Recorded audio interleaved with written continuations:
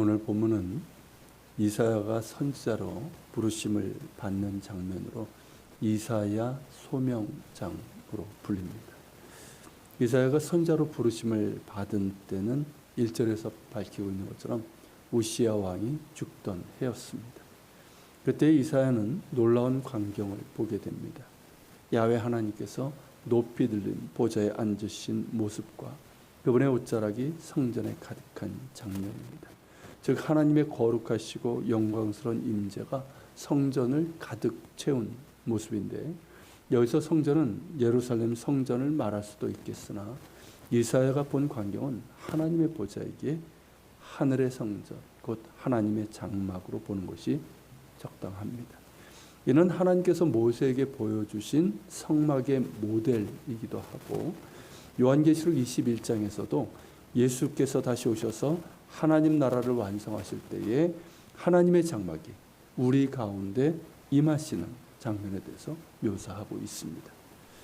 또한 스라비라 하는 천사의 한 무리가 하나님을 찬양하는 장면도 보게 됩니다.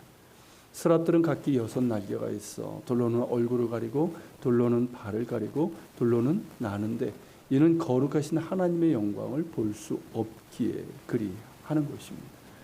천사들조차도 제대로 볼 수 없는 것이 하나님의 영광입니다.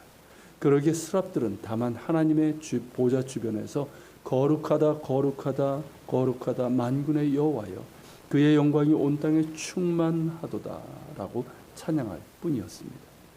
스랍들은 그렇게 찬양하고 화답하였고, 그 소리로 인해서 문지방의 터가 요동하며 성전의 연기가 충만해졌습니다. 거룩하신 하나님의 영광으로 가득한 모습입니다. 이 광경을 본 이사야는 두려움 가운데 탄식합니다. 화로다 나여 망하게 되었도다. 나는 입술이 부정한 사람이여, 나는 부정한 백성 중에 거주하면서 만군의 여호와 왕을 배었음이로다 라고 말합니다. 그 두려움은 당연했습니다.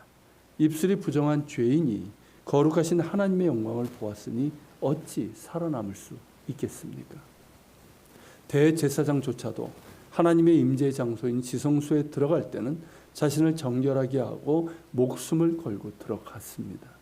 자칫 그 죄로 인해서 죽임을 당할 수 있기 때문입니다. 하나님께서 죄인을 벌하시는 것이 아니라 하나님의 거룩하신 영광 앞에 죄인은 한시도 설 수 없기 때문입니다. 거룩하신 하나님과 죄는 공존할 수 없습니다. 그런 까닭에 죄인이 거룩하신 하나님 앞에 나아가는 것 자체가 그 거룩하심으로 인해서 화가 되고 죽음이 될 수 있는 것입니다. 이사야는 하나님의 거룩하신 영광 앞에 숨김없이 드러난 자신의 죄를 직시하게 됩니다. 누구든지 하나님의 거룩하신 영광 앞에 서게 되면 그 죄와 허물이 낱낱이 드러나게 됩니다. 죄인은 그 죄가 낱낱이 드러날 때 두려울 수밖에 없습니다. 죄의 삭은 사망이기 때문입니다. 그러나 그때에 스랍 중에 하나가 부젓가락으로 제단에서 집은 바 핀 숯을 손에 가지고 그에게로 날아와서 그것을 그의 입술에 대며 이렇게 말했습니다. 보라, 이것이 내 입에 닿았으니 내 악이 제하여졌고 내 죄가 사하여졌느니라. 하나님께서 이사야의 죄를 씻겨 주신 것입니다. 죄의 사함을 받은 자는 더 이상 하나님의 거룩하심으로 인해 화를 당하지 않습니다. 이사야는 이토록 놀라운 장면을 목격하게 되는데, 이런 하나님의 영광이 우리에게도 나타나셨습니다. 바로 예수님이십니다. 요한복음 1장 14절이 이를 증언하고 있습니다. 말씀이 육신이 되어 우리 가운데 거하심에 우리가 그의 영광을 보니 아버지의 독생자의 영광이요 은혜와 진리가 충만하더라. 예수님을 영접한 사람들, 예수님을 만난 사람들은 예수님 안에서 하나님의 거룩하심과 영광을 보게 됩니다. 예수님 안에서 하나님의 거룩하심과 영광을 보게 되고, 그때 우리는 우리 자신이 한없이 부정한 죄인임을 깨닫게 됩니다. 이사야가 화로다 나는 입술이 부정한 사람이라 탄식한 것처럼 말입니다. 그러기에 나의 죄인됨을 회개하게 되는 것이고, 한없이 부정한 죄인임에도 예수 그리스도의 보혈의 은혜로 사함을 받아 의롭다함을 받게 됩니다. 뿐만 아니라 여전히 부족하고 연약함에도 불구하고 예수 그리스도의 의로 말미암아 우리는 긍휼하심과 때를 따라 돕는 은혜를 얻기 위하여 거룩하신 하나님의 은혜의 보좌 앞으로 담대히 나아갈 수 있습니다. 이 얼마나 놀라운 은혜이며 크신 은혜입니까? 이 은혜를 알면 우리는 우리의 구원이 얼마나 소중한 것이며 예수 그리스도를 통해서 하나님의 거룩하심과 영광을 보게 하시고 그 거룩하신 영광의 보좌 앞으로 나아갈 수 있게 하신 은혜가 얼마나 크며 복된 것인지도 알게 됩니다.